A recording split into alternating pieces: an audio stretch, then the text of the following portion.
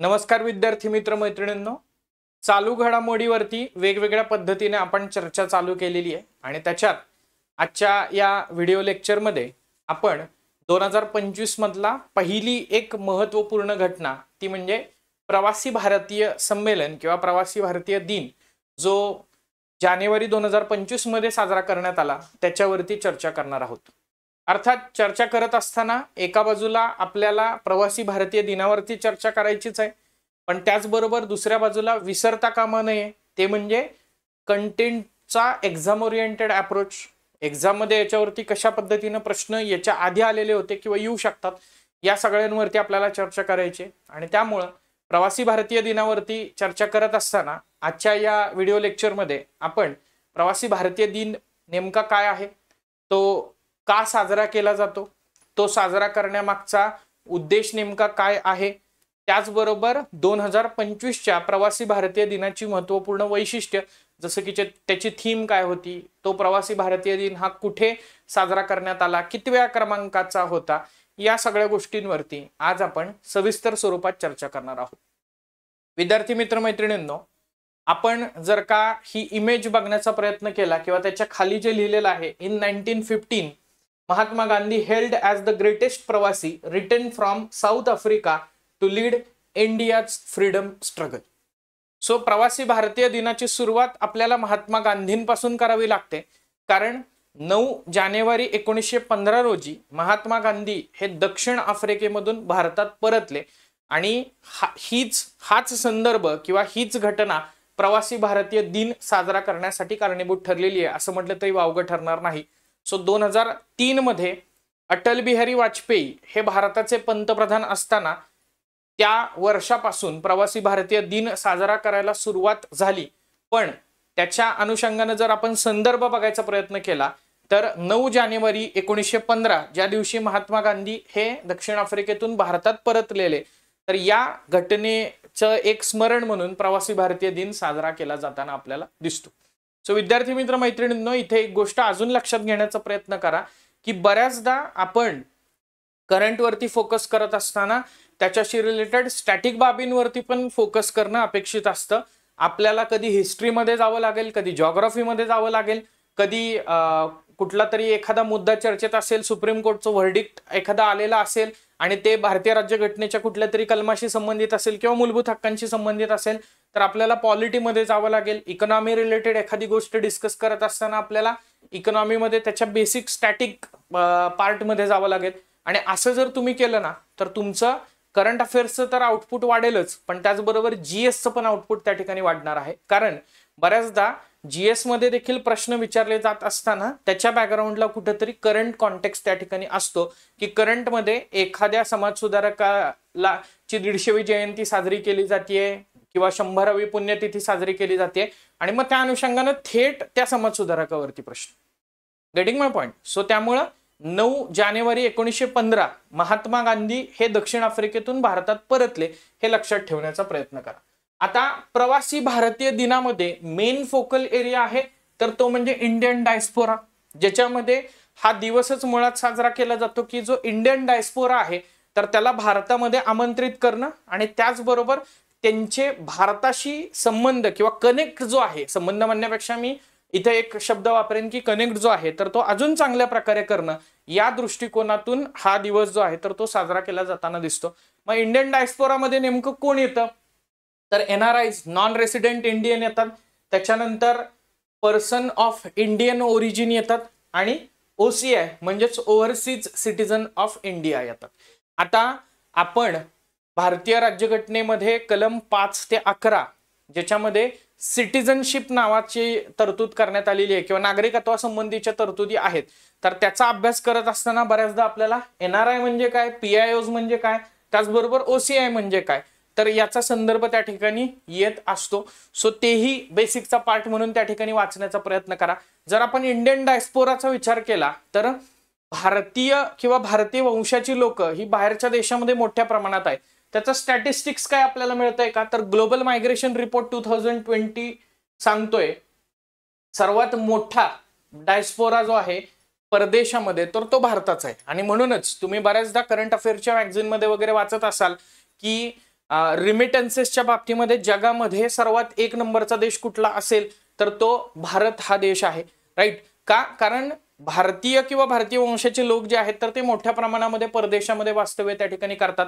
रिमिटन्सेसला आपण काय म्हणतो की भारतीय लोकांनी परदेशातून कमवून मायदेशामध्ये पाठवलेलं जे उत्पन्न आहे त्याला आपण रिमिटन्सेस म्हणतो. आणि जीडीपी मध्ये एक मेजर रोल या एकंदरीतच रिमिटन्सेसचा त्या ठिकाणी प्ले होताना दिसतो. सो कुठल्या देशामध्ये इंडियन डायस्पोरा कशा पद्धतीने याचा जर का विचार केला तर वरची हे जे काही स्तंभ आहे किंवा आलेख आहे तर तो आपल्याला या ठिकाणी सांगू शकतो की ग्लोबल मायग्रेशन रिपोर्ट नुसार UAE मध्ये सर्वात जास्त इंडियन डायस्पोरा त्या ठिकाणी आहे, त्याच्यानंतर USA आहे, त्याच्यानंतर सौदी अरेबिया, त्याच्यानंतर मलेशिया, त्याच्यानंतर UK या ठिकाणी बघता येईल.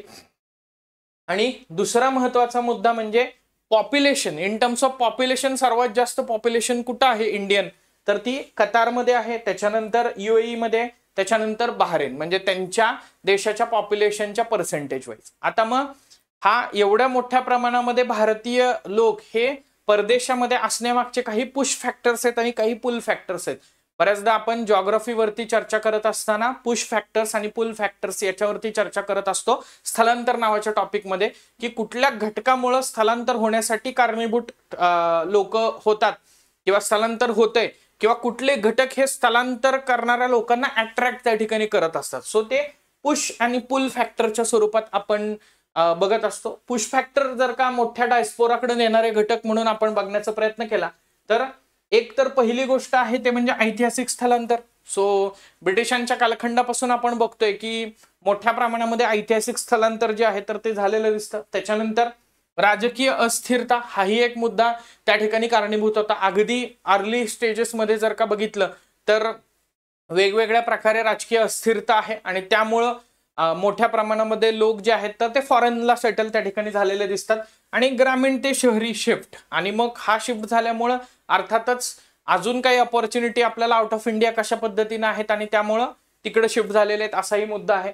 त्याच्यानंतर पुल फॅक्टर्स मधला सर्वात इम्पॉर्टंट घटक आहे तर तो म्हणजे आर्थिक संधी. हे फक्त जस्ट सेक ऑफ अंडरस्टँडिंग साठी मी तुम्हाला सांगतोय की का एवढा इंडियन डायस्पोरा सर्वात जास्त आहे जगामध्ये, राईट.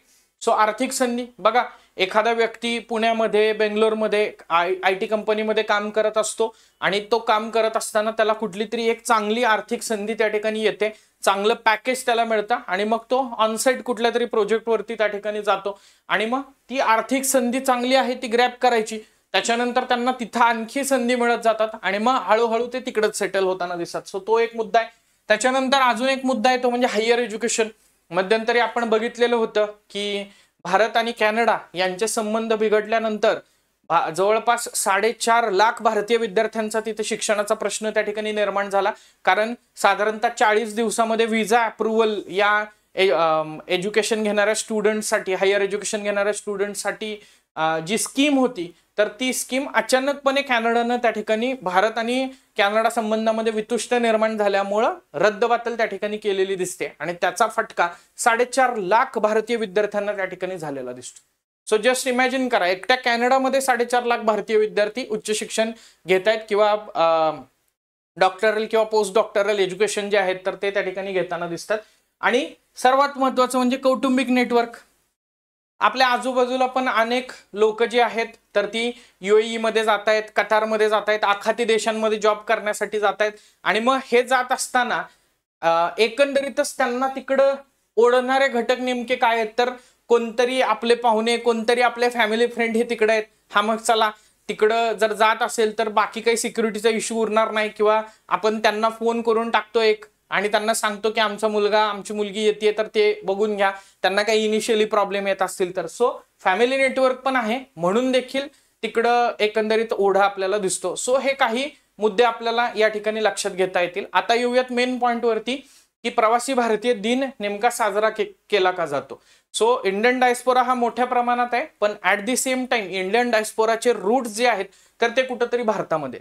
भारतीय वंशाची लोक जी आहेत तर ती जरी सर्वदूर जगामध्ये पसरलेली असली तरी देखील त्यांचे अँसेस्ट्रल रूट्स म्हणजे कुठेतरी त्यांचे आजोबा पणजोबा हे भारतामध्ये होते आणि तो कनेक्ट जो आहे तर तो भारत सरकारला या प्रवासी भारतीय दिनाच्या माध्यमातून त्या ठिकाणी करायचा आहे. म्हणजे जस्ट इमॅजिन स्वदेश मधला जो एक एकंदरीचा सीन आहे ना, तर तो इमॅजिन करण्याचा प्रयत्न करा की नासामध्ये तो आपला मोहन भार्गव आहे आणि तरी पण त्याला असं वाटतंय की आपण भारतामध्ये आपल्या लोकांमध्ये आपल्या गावामध्ये जाऊन सेटल व्हावं, तिथली डेव्हलपमेंट त्या ठिकाणी करावी. अ काइंड ऑफ तसं आपण म्हणूयात की कुठेतरी जगाच्या पाठीवरती तुम्ही कुठेही असलात तरी देखील तुमच्यामध्ये कुठेतरी तो भारतीयत्वाचा अंश आहे असं आपण म्हणूया.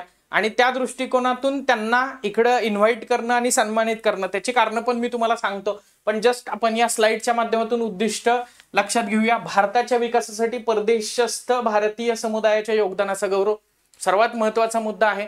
कारण हे भारतीय वंशाचे लोक हे वेगवेगळ्या ठिकाणी, कोण इकॉनॉमिक ऍडवायझर कुठल्या तरी देशाचा आहे, कोण कुठल्या तरी देशामध्ये कुठल्या तरी महत्वाच्या कंपनीचा सीईओ आहे, कोण कुठल्या तरी देशामध्ये मिनिस्टर त्या ठिकाणी आहे, कोण कुठल्या तरी देशामध्ये त्यांची जी काही कायदेमंडळ असेल तर त्या कायदेमंडळाचा सदस्य आहे. जसं आपल्याकडे संसद आहे तर तसे सदस्य त्या ठिकाणी आहेत. कोण तर त्या ठिकाणी पंतप्रधानच त्या देशाचा त्या ठिकाणी आहे, राईट. म्हणजे मला वाटतं आयर्लंडचे पंतप्रधान मागे लिओ वराडकर होते, त्यांनी रिसेंटली मध्यंतरी राजीनामा पण दिला बघा. सो त्यांच्यावरती पण आपण चर्चा या ठिकाणी केलेली होती. सो वराड नावाचं गाव आपल्या सिंधुदुर्ग जिल्ह्यामध्ये त्या ठिकाणी आहे. सो तिथले मेन वराडकर हे तिथले, राईट. मग आता या अशा लोकांना इन्व्हाइट करायचं, किंवा मागच्या काही प्रवासी भारतीय दिनामध्ये आपल्याला असं लक्षात येईल की आपण सत्या नाडेला, सुंदर पिचाई यांना त्या ठिकाणी इन्व्हाइट केलेलं होतं आणि त्यांचा सन्मान जो आहे तर तो केलेला होता. आणि नंतर मग आपल्याला असं लक्षात येईल की मग गुगलचं काहीतरी डेटा सेंटर म्हणा, मायक्रोसॉफ्टचं काहीतरी एखादं सेंटर हे भारतामध्ये एस्टॅब्लिश होताना दिसते. सो एक लॉंग व्हिजन हे पण आहे की या भारताच्या विकासातील परदेशस्थ भारतीय समुदायाच्या योगदानाचा गौरव करणं किंवा त्यांना अधिकाधिक प्रेरित करणं हाही एक उद्देश आहे. दुसरा आहे इतर देशांना भारताबद्दल अजून जाणून घेता यावे यासाठी प्रयत्न करणं हाही एक मुद्दा आहे. जगभरातील स्थानिक भारतीय समुदायांच्या कल्याणाच्या उद्देशाने करण्यात येणाऱ्या भारताच्या कार्याला पाठिंबा देणं हाही महत्वाचा मुद्दा आहे. आणि परदेशस्थ भारतीयांना त्यांच्या वाडवडिलांच्या भूमीत सरकार आणि लोकांशी संवाद साधण्यासाठी एक फॉर्मल म्हणजे गव्हर्नमेंट ऑफ इंडियाकडनं प्रदान केलं जाणारं व्यासपीठ म्हणून आपण प्रवासी भारतीय दिनाला किंवा प्रवासी भारतीय संमेलनाला बघू शकतो. जे मी मगाशीच सांगितलं की अँसेस्ट्रल रूट्स तुमचे इथं आहेत आणि त्यामुळं, आणि अर्थातच हे भारतीय लोक जे आहेत तर ते कुठेतरी एक दोन देशांमध्ये, ते ज्या देशांमध्ये आता राहतात आणि भारत यांच्यामध्ये चांगले संबंध प्रस्थापित करण्यासाठी एक दुवा म्हणून त्या ठिकाणी काम करू शकतात, एक मध्यस्थ म्हणून भूमिका जी आहे तर ती बजावू शकतात आणि त्याच्या माध्यमातून इंटरनॅशनल रिलेशनचं स्ट्रेंथनिंग जे आहे तर ते होऊ शकतं. हाही एक त्याच्या मागचा त्या ठिकाणी उद्देश आपल्याला दिसतो. सो एकंदरीतच तुम्हाला इथं दोन ट्विट्स त्या ठिकाणी दिसत आहेत. पंतप्रधान नरेंद्र मोदी यांची जे उद्घाटनाचं भाषण झालं, राईट, उद्घाटनाचा कार्यक्रम झाला, त्यात पंतप्रधानांनी जे संबोधित केलं प्रवासी भारतीय संमेलनाला, तर त्याच्यामध्ये ते पहिली गोष्ट सांगतात की मैं ये चाहूंगा कि अगली बार जब आप भारत आए तो अपने साथ इंडियन ओरिजिन से बाहर के मिनिमम 5 फ्रेंड्स को लेकर आए. आप जहां रहते हैं वहां अपने फ्रेंड्स को भारत आने के लिए, भारत को देखने के लिए इंस्पायर करे. विद्यार्थी मित्र मैत्रिणींनो, उद्देशाचाच पुढचा थ्रेड म्हणून आपण या एकंदरीतच भाषणातील वाक्याला त्या ठिकाणी बघू शकतो. हे डायरेक्टली प्रेस इन्फॉर्मेशन ब्युरोने हे कोट केलेलं होतं. सो सर्वात महत्वाचं लक्षात घ्या की आपण कनेक्ट करायचे भारतीय वंशाच्या लोकांना आणि त्यांना काय प्रमोट करतायत माननीय पंतप्रधान की तुम्ही अजून 5 जे भारतीय वंशाचे नाहीयेत त्यांना घेऊन या, त्यांना इथं फिरवा. आता एक लक्षात घ्या, पर्यटनाच्या माध्यमातून ट्रिमेंडस पोटेन्शियल आहे. 7% ऑफ GDP पर्यटन कंट्रीब्यूट करताना दिसतंय आणि स्टील त्याच्यामध्ये ट्रिमेंडस पोटेन्शियल आहे. कारण भारतामध्ये आता त्याच्यात वेगळं सांगायला तुम्हाला नको की पर्यटन स्थळांच्या माध्यमातून किती काही काही एक्सप्लोर त्या ठिकाणी करता येते. हिमालय म्हणू नका, फोर्ट्स त्या ठिकाणी म्हणू नका, नॅचरल सिनरी त्या ठिकाणी म्हणू नका, धार्मिक स्थळं म्हणू नका, सगळ्या प्रकारच्या पर्यटनाला भारतामध्ये त्या ठिकाणी स्कोप आपल्याला दिसतो. इव्हन दॅट आता कुंभमेळा चालू आहे तर त्याच्यामध्ये पण आपल्याला असं लक्षात येईल की अनेक फॉरेनर्स जे आहेत तर ते या कुंभमेळ्याला उपस्थित राहताना दिसतात. सो पर्यटनाच्या माध्यमातून स्थानिक स्तरावरती रोजगार मिळू शकतो, त्याचबरोबर पर्यटनाच्या माध्यमातून परकीय चलन मिळू शकतं. म्हणून हे ट्विट आहे किंवा म्हणून हे संबोधन आहे. आणि दुसरं, मेरी एक अपील डायस्पोरा के सभी यंग फ्रेंड्स से भी है कि आप भारत को जानिए क्विज में ज्यादा से ज्यादा हिस्सा ले, इससे भारत को जानने समझने में बहुत हेल्प मिळेल, राईट। भारत को जाने का, नो युअर इंडिया, सो कुठेतरी त्याच्यातनं क्युरियोसिटी निर्माण होईल आणि ते अजून जास्त इंडियामध्ये ट्रॅव्हल करतील, हा उद्देश आहे। आणि सर्वात महत्वाचं, स्टडी इन इंडिया प्रोग्राम को भी का भी जरूर बेनिफिट ले। स्टडी इन इंडिया नावाचं एक वेब पोर्टल मागच्या वर्षी भारत सरकारनं त्या ठिकाणी चालू केलेलं दिसतं। याचा उद्देश असा आहे की जसं इंडियन लोक तुम्ही बघता की फॉरेन युनिव्हर्सिटीमध्ये वगैरे गेलेले आहेत, कुठं कोण ऑक्सफर्डला गेलंय, कुठं कोण केम्ब्रिजला गेलेलं आहे, कुठं कोण मॅसेच्युसेट इन्स्टिट्यूट ऑफ टेक्नॉलॉजीला त्या ठिकाणी गेलेला आहे, तर असं आपल्या पण राष्ट्रामध्ये परदेशी विद्यार्थी हे शिक्षणासाठी यावेत। पण ते यायचे असतील तर त्यांना आपल्या इथे शिक्षण कुठलं दिलं जातं, ते कशा प्रकारे दिलं जातं, कुठले कोर्सेस रन केले जातात, त्याच्यासाठी टॉपचे इन्स्टिट्यूशन्स काय आहेत हे कळलं पाहिजे ना। म्हणून आपण बऱ्याचदा NIRF वरती चर्चा करतो, अर्थात आपण फॅक्च्युअली बघतो नॅशनल इन्स्टिट्यूशन रँकिंग फ्रेमवर्क की पहिल्या 100 विद्यापीठामध्ये महाराष्ट्रातली किती, पहिल्या 500 विद्यापीठामध्ये महाराष्ट्रातली किती, टॉपची 10 युनिव्हर्सिटीज किंवा टॉपची 10 एज्युकेशनल इन्स्टिट्यूशन्स किती, तर त्या NIRFच्या रँकिंगमध्ये टॉप 100 युनिव्हर्सिटीज आहेत, तर ते या पोर्टलवरती आहेत स्टडी इन इंडिया प्रोग्राम मध्ये, राईट। त्याचबरोबर त्यांची ऍडमिशन प्रोसेस किंवा तिथे ऍडमिशन घ्यायची असेल तर काय करायला पाहिजे याच्याबद्दलची सगळी माहिती फॉरेन मधले जे स्टुडंट्स आहेत त्यांना आणि त्यांच्या पालकांना या पोर्टलवरती उपलब्ध करून देण्यात आलेली आपल्याला दिसते। मग पुढचा मुद्दा आहे तो म्हणजे परीक्षाभिमुख काय काय गोष्टी याच्यामध्ये आपण लक्षात घेऊ शकतो, तर त्यातलं बघा प्रवासी भारतीय दिवस याचा जर विचार आपण केला तर प्रवासी भारतीय दिवस हा 2 वर्षातून एकदा 9 जानेवारी रोजी साजरा केला जातो। बघा इथं स्टेटमेंट आपलं तयार काय होऊ शकतं, प्रवासी भारतीय दिन हा दरवर्षी साजरा केला जातो। दरवर्षी साजरा केला जातो का हो, नाही, 2 वर्षातून एकदा साजरा त्या ठिकाणी केला जातो। 2003 मध्ये जसं की मी मगाशी उल्लेख केलेला होता की 2003 मध्ये पहिल्यांदा प्रवासी भारतीय दिनाची सुरुवात त्या ठिकाणी झालेली होती। पंतप्रधान अटल बिहारी वाजपेयी यांच्या सरकारच्या कालखंडामध्ये परदेशातील भारतीय समुदायाला एक रेकग्निशन मिळवून द्यायचं, त्यांना एक फॉर्मल प्लॅटफॉर्म गव्हर्नमेंट तर्फे प्रदान करायचा, यासाठी प्रवासी भारतीय दिनाची सुरुवात जी आहे तर ती करण्यात आलेली होती। आणि 2015 पासून द्विवार्षिक कार्यक्रमात याचं रूपांतर झालेलं दिसतं, म्हणजे 2015 पासून दर 2 वर्षांनी हा प्रवासी भारतीय दिन जो आहे तर तो साजरा केला जातो। आता या वर्षीचे फॅक्ट मी जसं तुम्हाला सांगितलेलं होतं त्याच वेळेनं जाण्याचा प्रयत्न करतोय। यावर्षी 18वं प्रवासी भारतीय संमेलन जे आहे तर ते आयोजित करण्यात आलेलं होतं। सो आपल्याला खूप जास्त फॅक्च्युअल डेटा विचारला जातो, सो त्यामुळं 2025चं कितवं होतं, आता बघा पहिली फॅक्ट मिळाली किती वर्षातून एकदा होतं, दुसरी फॅक्ट मिळाली कधीपासून सुरू झालं, त्याचबरोबर कुणी प्रवासी भारतीय दिन त्या ठिकाणी चालू केला, त्याच्यानंतर द्विवार्षिक कधीपासून होतंय, या वर्षी जे प्रवासी भारतीय संमेलन होतं ते 18वं त्या ठिकाणी होतं। 8 ते 10 जानेवारी 2025ला ओडिशातल्या भुवनेश्वर या ठिकाणी पार पडलं, म्हणजे होस्ट सिटी जी आहे तर ती ओडिशामधली भुवनेश्वर या ठिकाणी होती। वेगवेगळ्या ठिकाणी आयोजन त्या ठिकाणी केलं जाताना दिसते आणि तिथलं कल्चर, तिथल्या वेगवेगळ्या गोष्टी ज्या आहेत तर त्या ग्लोरीफाय करण्याचा प्रयत्न या ठिकाणी केला जाताना दिसतो, राईट। बाकी शेवटची फॅक्ट जी आहे तर ती मी ऑलरेडी सांगितलेली आहे की नेमकं काय होतं। आता सर्वात महत्त्वाचं जिथं फॅक्च्युअल प्रश्न आपल्याला अगेन विचारला जाऊ शकेल, कारण बाकीचे क्वेश्चन्स किंवा बाकीचे मुद्दे जे मी तुम्हाला सांगितले ते प्रवासी भारतीय संमेलनाबाबत खालील विधाने विचारात घ्या। आपण दोन्ही पद्धतीने बघायचं, स्टेटमेंट बेस्ड आलं तर कसं होईल आणि त्याचबरोबर सिंगल लाइनर स्वरूपात आले तर ते कसे असतील, कारण आता आपल्याला बॅरियर ठेवायचं नाहीये की हीच एक्झाम तीच एक्झाम, सगळ्या प्रकारच्या कॉम्पिटिटिव्ह एक्झामच्या दृष्टिकोनातून महत्त्वाचं आपण लक्षात घ्यायचंय। सो प्रवासी भारतीय दिवस 2025च्या प्रमुख पाहुण्या या त्रिनिदाद आणि टोबॅगो प्रजासत्ताकच्या अध्यक्षा महामहिम क्रिस्टीन कार्ला कांगालू या आभासी पद्धतीने उपस्थित होत्या। व्हिडिओ कॉन्फरन्सिंग थ्रू त्यांनी प्रवासी भारतीय संमेलनाला संबोधित केलं।